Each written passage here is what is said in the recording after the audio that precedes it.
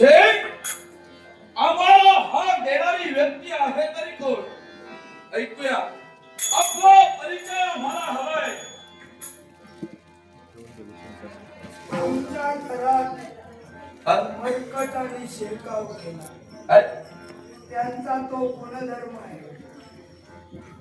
द्वार उघडं दिसलं की आत घुसण्याचा. आता तुम्ही स्वतःहून घुसलात की तुम्हाला आतमध्ये पाठविलं गेलं याची शहानिशा होणार. आता आमच्या घरात हे ऐकता क्षणी कदाचित आश्चर्य वाटलं असेल. होय. विचार वाढले असतील. जिथं बसलात ही जागा तुमची आहे.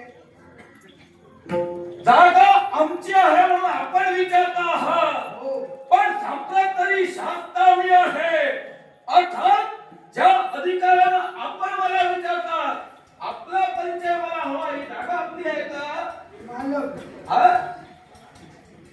या जागेचा मालक म्हटलं तरी चालेल. कारण ही हस्तिनापूर भूमी ही तुमची तरी आहे का? नाही ना? काय? ही भूमी तुमची आहे का? या पृथ्वीच्या पटांगणावर ज्यांनी रामाश्रमाला साध्य केला असे आमचे प्रभू. या आमच्या प्रभूंनी या हस्तिनापुराच्या ठिकाणी आमचा अश्वमेध केव्हा संपन्न होत असताना तो अश्व या राज्याच्या ठिकाणी आला तेव्हा राज्याला तुम्ही शासता नव्हता. अर्थात जनतेचं हित संवर्धन करण्यासाठी माझ्या प्रभूला माझ्या माती जबाबदारी दिली आणि राजकर्ता आम्हाला बनविले आहे. म्हणजे तू बनविलेला राजकर्ता. हे सुशैल, ज्या राजगादीवर विराजित झाला ती राजगादी ज्याची आहे तो हा नलराजा. आणि नलराजाच्या अनुपस्थितीत माझ्या मंत्रिमंडळाला काबीज करून मी मिळालेलं राज्य हे जर का तुमच्या अधिकाराचं झालं असं तुमचं म्हणणं असेल तर लक्षात ठेवा. या हस्तिनापुराचे शास्त्रे अजूनही या विश्वात आहेत. आणि तो 6वा सोमवंशाचा वंशज म्हणजे राजा नल आणि 12वा वंशज म्हणजे मधवीर होय. तेव्हा आम्ही नसताना तुम्ही मिळविलेली सत्ता ही आम्हाला मान्य नाही. तेव्हा लवकर ही जागा खाली करा. आम्ही हस्तिनापुरावर वर्चस्व स्थापन केलं ते केवळ धर्मानं केलं. पण मला सांगा हस्तिनापुरावर आपली सत्ता होती आपण राजा आपण म्हणतात. मग ज्यावेळी रामाश्रमाला प्रारंभ झाला माझ्या प्रभुरामांचा इथं वर्चस्व प्रस्थापित झालं तुम्ही होता कुठं? स्वर्गावर स्वारी करण्यासाठी. आणि याच संधीचा फायदा मिळाला म्हणजे आम्ही तर नाही म्हणून तुम्ही इथं सत्ता मिळविला असं म्हणत असाल. काय हो, अश्वमेधासाठी वारू सोडला तो अश्व माझ्या राज्यात कुणी तुमचं बंधन केला होता का? नाही. मग अश्व तुमचा माझ्या राज्यात बंधन झाला नाही मग युद्ध पुकारण्याचा प्रश्नच येत नाही. आता तुम्ही राज्यात आल्यानंतर तुम्हाला माझ्या मंत्रिमंडळाने तरी सूचित केलं असेल की या ठिकाणचे शास्त्रे कोण. मग या ठिकाणचे शास्त्रे कोण याची जाण तुम्हाला झाल्यानंतर त्याची शहानिशा तुम्ही करायला हवी होती. ती का केली नाही? यापूर्वी स्वर्गाच्या अपेक्षेने आणि कैलासावर आक्रमण करण्यासाठी आपण गेला होता. हे तुम्हाला कोणी सांगितलं? ऐका, आपणच म्हणालात आपलं स्वर्गावर म्हणलं कैलासावरचं तुम्हाला समजलं म्हणजे पुढची माहिती काढला. मग मागची माहिती काढून इथले शास्त्रे कोण याची जाण करायला तुम्ही आणि तुम्ही म्हणजे तुमच्याकडून अपेक्षा ठेवलं चुकीचं. तुम्ही मरकट तुमचे शास्त्रे जे प्रभू रामचंद्र सांगतात त्यांनी याची शहानिशा करायला हवी होती. ती का केली नाही? माझ्या प्रभूंनी शहानिशा करून केली होती. पण ज्या अपेक्षेने आपण राज्य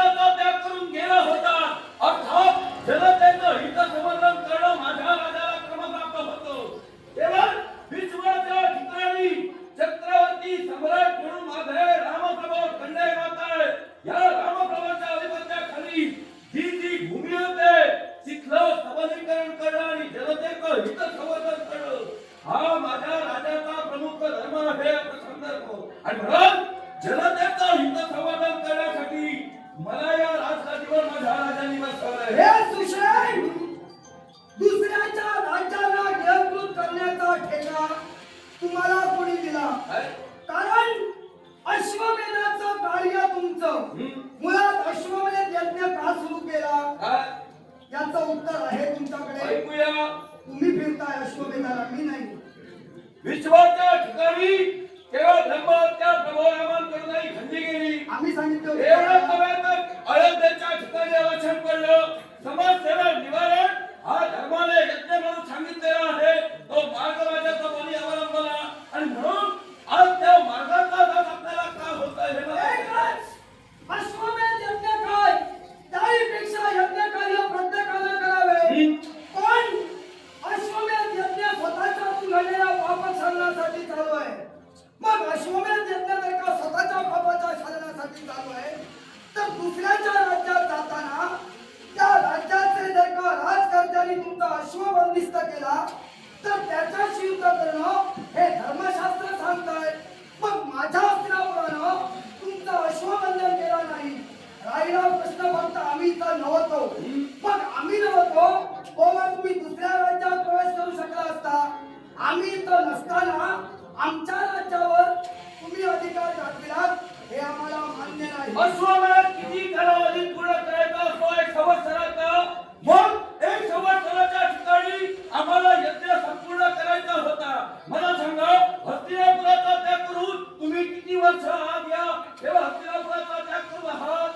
12वा वंशात माझा तुझ्या समोर उभा आहे आणि या 12व्या वंशजापर्यंत पोहोचत असताना आज कृतयुगापासून या त्रेतायुगात प्रवेश करते आम्ही झालो. कारण ब्रह्मदेव, त्यानंतर अत्रि, त्यानंतर सोम ऋषींनी हस्तिनापुराची स्थापना केली. सोम ऋषींच्या पश्चात बुध नावाच्या पुत्रानं जन्म घेतला. त्या बुधापासून पुरुरवा, त्या पुरुरव्यानं ज्यावेळी हस्तिनापुराची सूत्र स्वीकारली त्यावेळी त्रेतायुग सुरू झालं. मग त्या पुरुरव्यानंतर गव्यानंतर अल्लू आणि अल्लू नंतर हा नल, हा 6वा पुरुष आणि त्याच्या पुढचा हा 12वा. मग एवढी कल्प नलापासून पुढच्या 6व्या वंशजापर्यंत हे हस्तिनापूर सोडून आमचं युद्ध चालू आहे. मग याची माहिती राज्य करणाऱ्या तुमच्या रामचंद्राला माहित नाही. मग जर का एवढा का तुम्ही स्वतःच्या राज्याला केवळ शांता न ठेवता राहू शकता, मग त्या राज्याला शांता राहून त्याचं सबलीकरण करणं हे आम्हाला तरी क्रमप्राप्त आहे. शास्ता नसला तरी माझा परिवार इथं आहे. त्या पलीकडे जाऊन अष्टप्रधान मंत्रिमंडळ हस्तिनापुरात होतं. मग त्यांच्याशी सल्लामसलत न करता आक्रमण करून तुम्ही हस्तिनापूर का काबीज केलात? हा कुठला धर्म झाला तुमचा? अश्व जिथं जातो तिथं केवळ आम्ही मार्गपालक त्याचा वागून केला.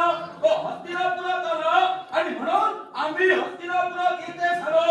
अर्थात केवळ त्या यज्ञाच्या नियमाला अनुसरून हस्तिनापूर आम्ही काबीज केलं. पण एक लक्षात घ्या, ज्या हस्तिनापुरावर आपण आता अधिकार सांगताय ना, मला सांगा, हे हस्तिनापूर आपल्या पूर्वजांनी उभं केलं काय हो?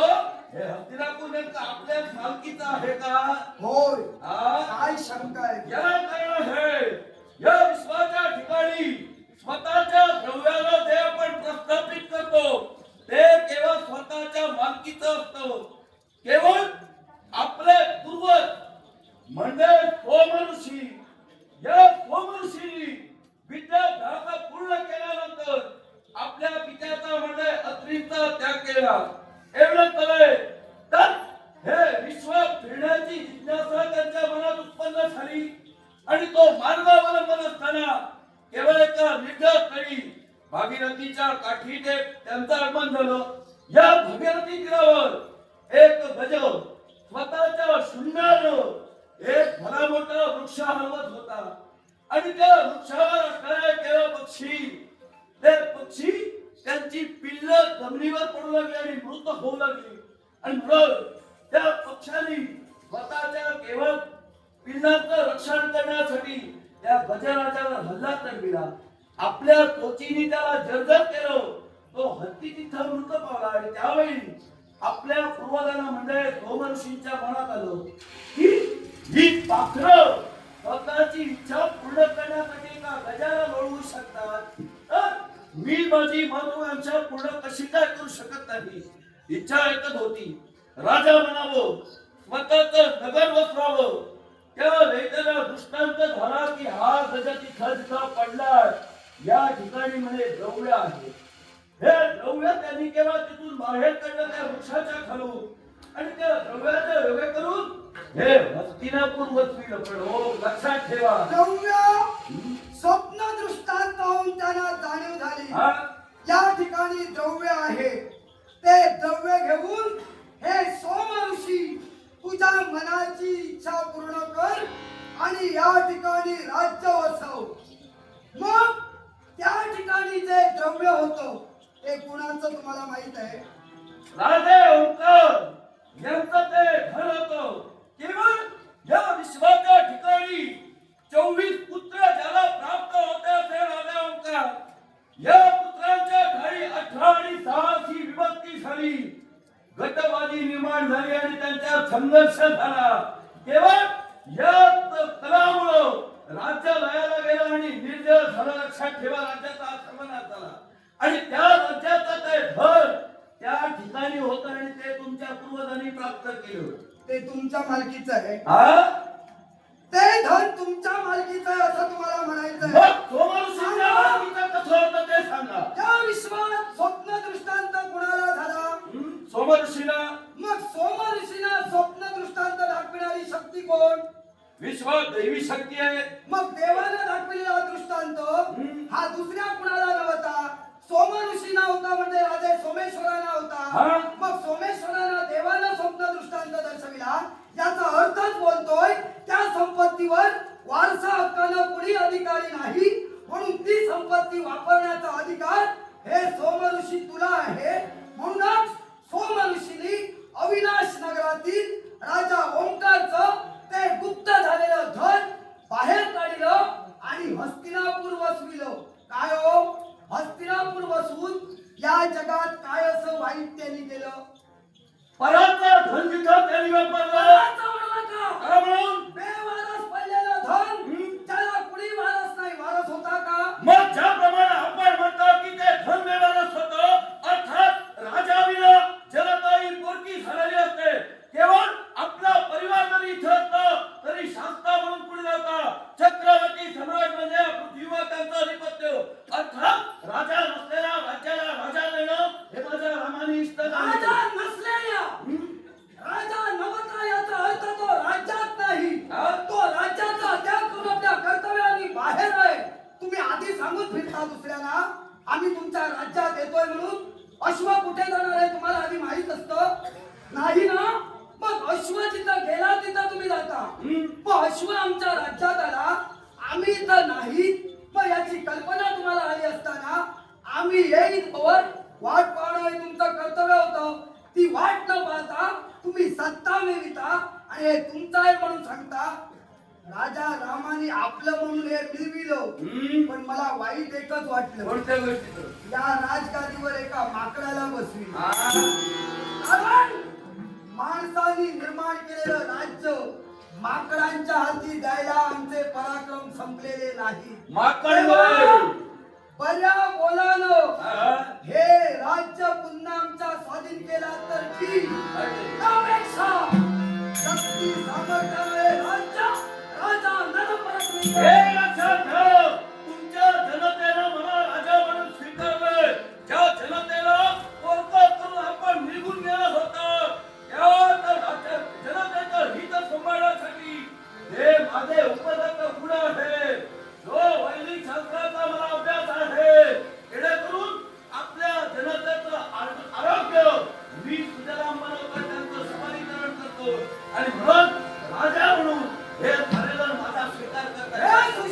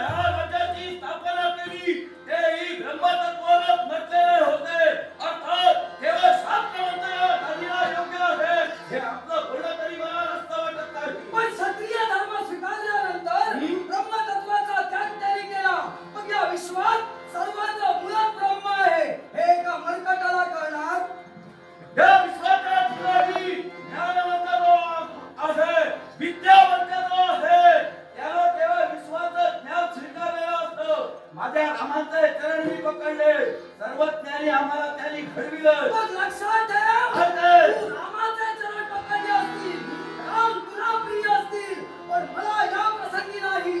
कारण हस्तिनापूर माझं आहे आणि ते माझं हस्तिनापूर मिळविल्याशिवाय मागायला आपल्या तिला वाचवायचं.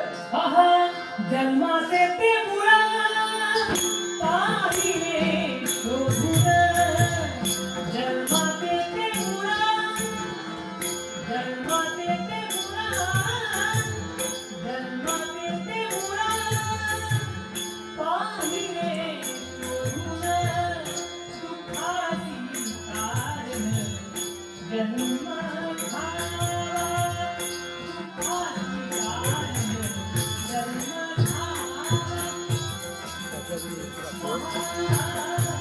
पाप पुण्य करणी जन्मा येतो करणी, पाप पुण्य करणी जन्मा येतो